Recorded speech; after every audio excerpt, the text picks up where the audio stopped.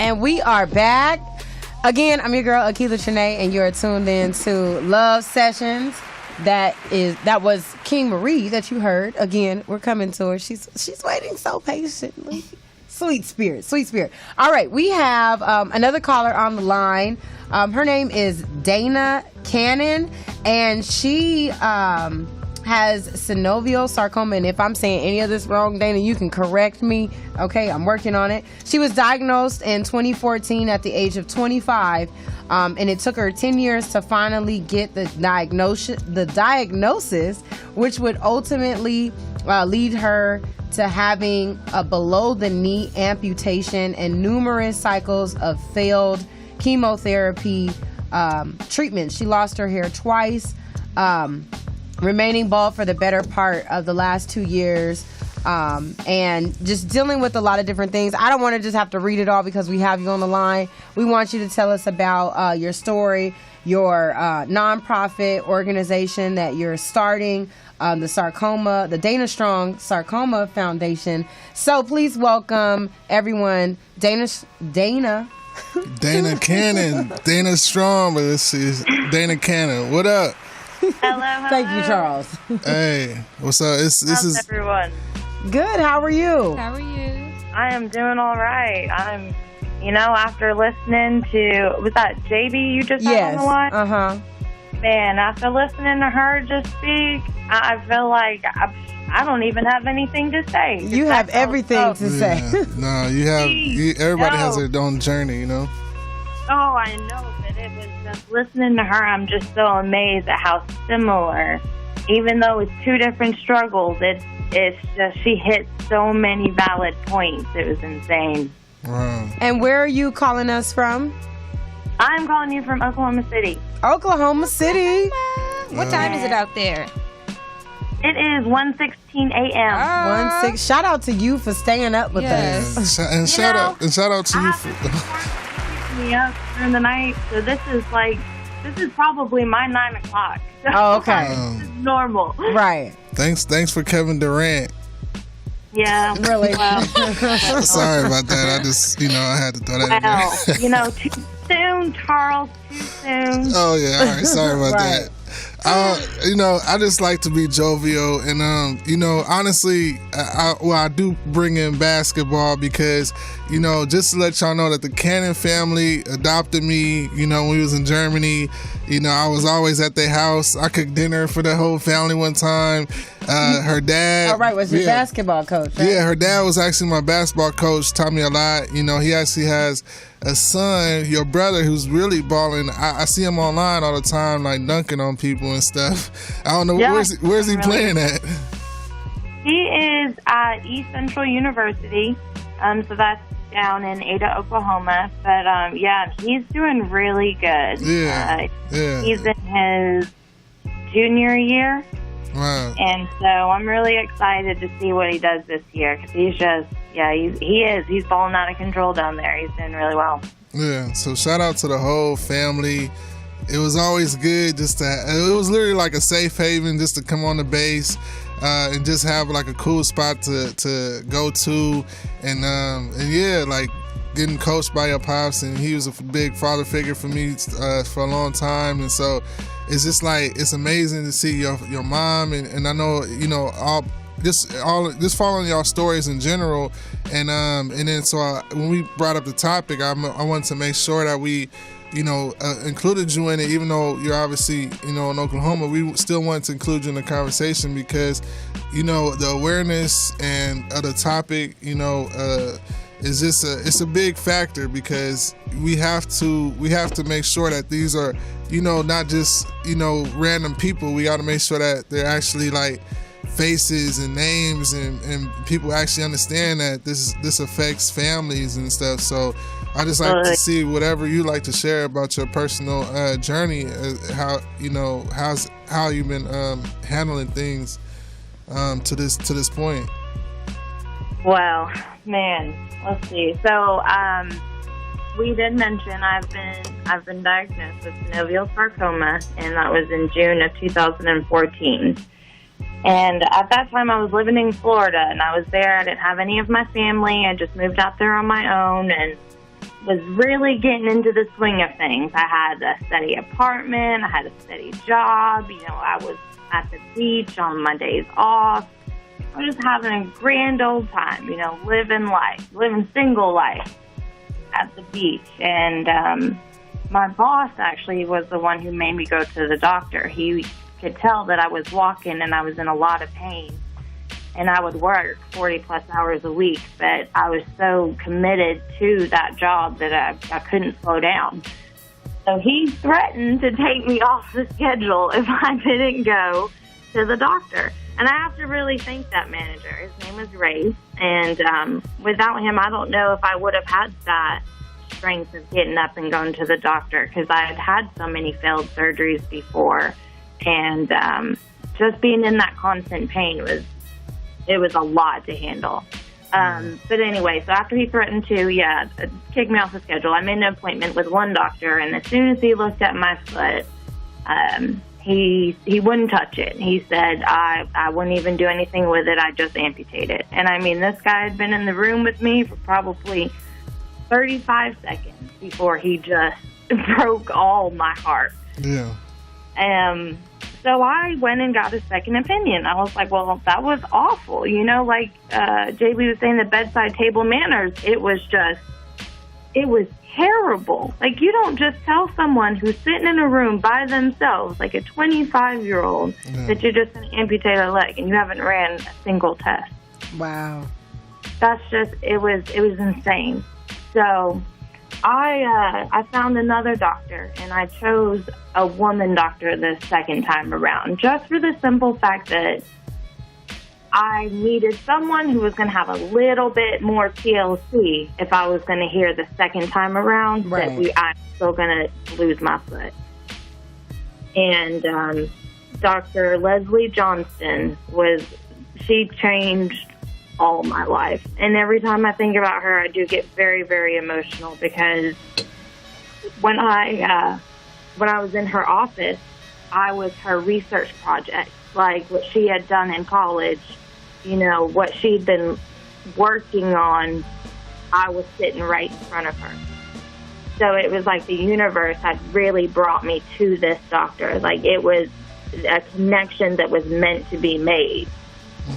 And she knew from the second she saw me, she knew what it was, but she sent me to get the testing I needed before she told me. She got me the MRI the same day. Usually that takes a couple weeks to get those in.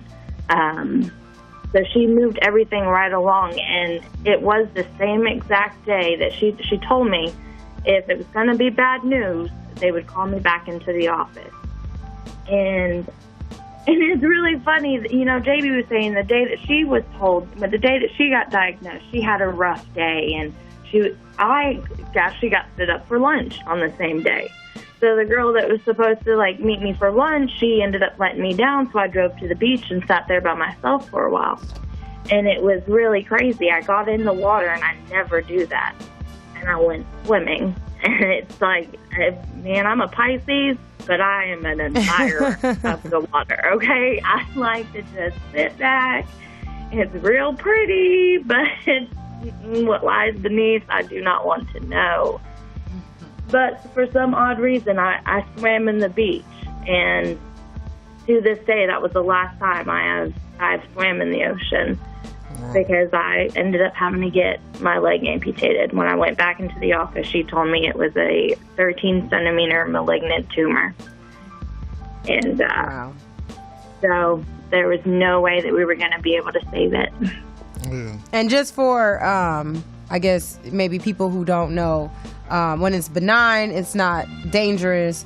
But then when it's malignant, that's when it can be dangerous and cancerous and could potentially spread and all of that. So, the prevention. And mine actually has spread. So after they amputated my left foot, I went through a round of chemo for a couple of months, and I was off chemo I was only off for 3 months, and we did my daily or routine scan, and as soon as they did that, my chest and my lungs lit up, and that's where it metastasizes to. Sarcomas, they will go from another location and metastasize in your chest.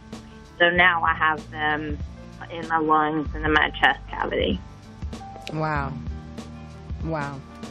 And so I know, well, I don't know, but as far as, relationships and things of that nature, I know you said when you were diagnosed that you were single.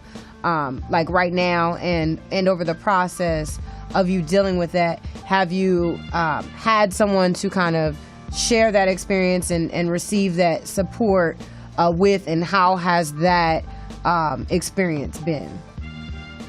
When I first got diagnosed, I didn't want to put anybody else through it. It was, seeing my mom's face or hearing her over the phone the first time, to tell her, since, I had to tell her over the phone that I had cancer, hearing how sad she was just from day one made me never want to drag anybody down with me. Like, I knew I was going to get very sick. I knew I was going to lose my hair, my eyelashes, my eyebrows. And I was so self-conscious about the way, a partner would look at me that I just said, forget about it. I'm not even looking. I did, date on and off. There's a couple girls, but it's just hard. When you're going through it, they don't understand it. Even as much as they want to try to understand, they just don't. A lot of people don't. I can't say that everyone doesn't, because I'm actually very lucky now to have an amazing partner. And I'm not quite sure what I would do without her, actually, because she is my rock. She is everything. So, and I get really emotional thinking about it because she hasn't left. And when you go through stuff like this, you take it out on the closest person to you, and you don't mean to, but it happens. But she stays by me. She's taken me to every appointment. She's there for every scan, And she gets my meds ready for me before I even say I need them. She's just really, really amazing. So that it can happen. You can absolutely find a love connection while you are going through chemo, but you have to find that right person. And it takes a very special person. And what that's amazing. Like, why do you think, what is it about her that allow her to be able to just, what do you think her key to success is that she would say, as far as being able to be with you in that state, even though how did y'all make that connection where she's saying, even though you're going through this, I still want to stick by you, It was the thing that we both had our own baggage that we were bringing to the table. So it was, your baggage isn't bigger than mine, and vice versa. Yeah. And she really just, and I think it may help. She's a nurse, so she's seen a lot of, amputated legs, and so she's like the first person I've ever been really comfortable with, like touching my leg. Yeah. And then when we first actually met, she made a comment. She said that she thought that we were born from the same star. And like I said, the universe brings people together. We are supposed to be with who we are for a reason. And so I just think she's just got such a beautiful soul. Actually, today is her birthday, so if I could just say happy birthday, Jordan. Happy birthday. Yeah, so yeah, she's just awesome. She's just beautiful inside and out. And I mean, I really couldn't tell you how she does it, because I know I'm difficult. I don't know how she does it. Yeah. She's just awesome. Wow, and unfortunately, I know it's like I know your mom is having her. She's going through a similar situation. She's had ovarian? Yes. Yeah, and so I know it's just like is she? I know I reached out to her too because I just wanted to hear what she, how is she holding up? You know, have you talked to her recently, or how have you been able to have how's that connection been between you two? For us, I think I got diagnosed 2 years ago, and for Mom, it's been a year now, or a little bit over a year. So she got to see everything she was going to go through for an entire year before she would, initially get diagnosed. I don't say that makes it easier by any means. She definitely has been, beat down and trampled on like chemo would do to anybody. Yeah. But she stays as strong as she can. I mean, she still works Monday through Friday. Wow. She doesn't take any days off. She's like Wonder Woman. You can't slow her down. The only time she was slowed down is when she had to have surgery after she was diagnosed. And she was so frustrated with that, but she's kept on a brave face.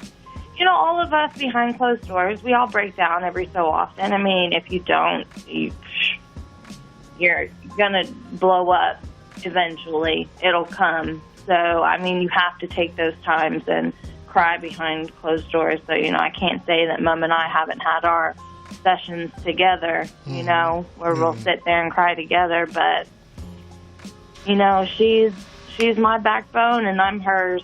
So we do what we can. Yeah. And she's still, everyone, how you made that comment, everyone is still always welcome at our house. Everyone's still coming over. Just the other weekend, my brother had his friend from college over. My mom was like, I feel bad because I didn't get up and cook dinner. And it's like, you had chemo yesterday. Like, I think they'll understand this one time. Yeah. Yeah. So, I mean, it's still always, we always taking in the strays. Yeah. Hey, that's the house. That was the house to be at. For real. That's awesome. Yeah. Well, we thank you even for just, sharing your story, because you never know how or what effect it can have, on people. And I know it's always a beautiful thing to be able to see people who are, dealing with certain situations, who are going through, who are still, smiling, who still have a positive outlook on life, because it really just gives encouragement to everyone else, that even if a situation gets bad, that there is still hope, you know what I mean? And to have that support is beautiful. It's awesome. So I just encourage you just to continue to keep up the great spirit that you have, and just to continue just to share your story with other people, because again, you never know how it will help somebody else's life and bring them joy and encouragement. Yes, ma'am. That's actually real quick. That's why I'm doing the foundation. If I could just mention on that real quick. Please do. So the Dayna Strongsarcoma Foundation. The reason why I want to get this set up and why I feel so strongly about it is because of the fact that there is no research without awareness. And Absolutely. It's so important to raise the awareness about these very rare cancers that, they're not getting the attention they need. I understand that, synovial sarcoma is a 1 in a million chance of getting this type of cancer, but that doesn't make it any less important. Right. We still need that research to be done. We still need that cure. And so setting up the foundation, I'm hoping to, scream awareness about synovial sarcoma, bring out all my sarcoma warriors and just build the biggest army I can. And what I'll do with it is hopefully I'll have sponsors and donations to the organization, and I'll have people write me letters and, life interrupted letters is what I want to call them, and say, I can't work, I can't pay my car payments this month. And I'll have a grant for them to go ahead and pay that car payment or that electric bill or, the grocery bill or whatever it is that they're falling short on. Because it's rough going through cancer and chemo and trying to work.